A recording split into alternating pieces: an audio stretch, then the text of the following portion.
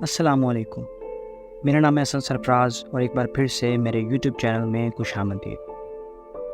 فلسطین اور اسرائیل کی جنگ ایک عالمی مسئلہ بن چکا ہے اور اس جنگ کو تقریباً ایک ہفتہ ہو چکا ہے اور یہ جنگ اب ایک نئے مرحلے میں داخل ہو چکی ہے اور دو گروپس بھی واضح ہو رہے ہیں۔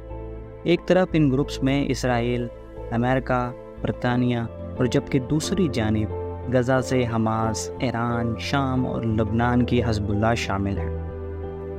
سوال یہ ہے کہ برطانیہ کا اس جنگ سے کیا تعلق ہے اور اس جنگ میں ان کا کیا کردار ہے؟ تو دوستو، پہلی جنگ عظیم کے خاتمے سے پہلے 1917 میں برطانوی حکومت نے بالفور ایک اعلامیہ جاری کیا کہ فلسطین میں موجود یہودی لوگوں کے لیے قومی گھر کے قیام کی حمایت کا اظہار کیا گیا اور یہ اعلامیہ فلسطین کے مسلمانوں کے لیے قابل قبول نہیں تھا، جس کی وجہ سے خطے پر گہرا اثر پڑا۔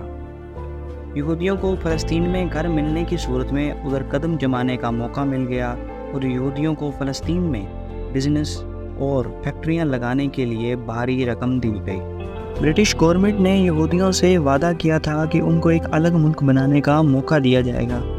جب ورلڈ وار چل رہی تھی اور ترکوں کی عظیم خلافت یعنی خلافت عثمانیہ کو بری طرح شکست ہو رہی تھی، تو 2 نومبر 1917 کو برطانوی حکومت کے وزیر خارجہ آرتھر بالفور نے ایک جوئش کمیونٹی کے ہیڈ کے نام ایک خط لکھا۔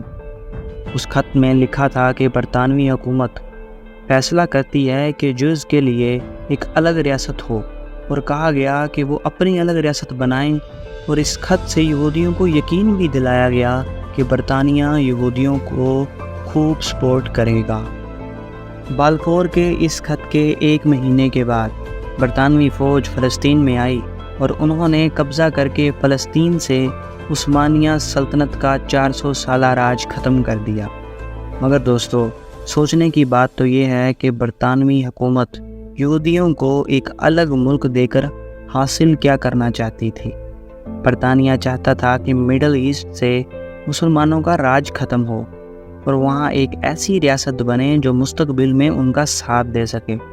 اس لیے برطانیہ نے الگ ملک کا وعدہ تو کیا، مگر ایک وعدہ یہودیوں سے لیا کہ جب یہودیوں کا الگ ملک بنے گا تو وہ برٹش کا ساتھ نہیں چھوڑیں گے۔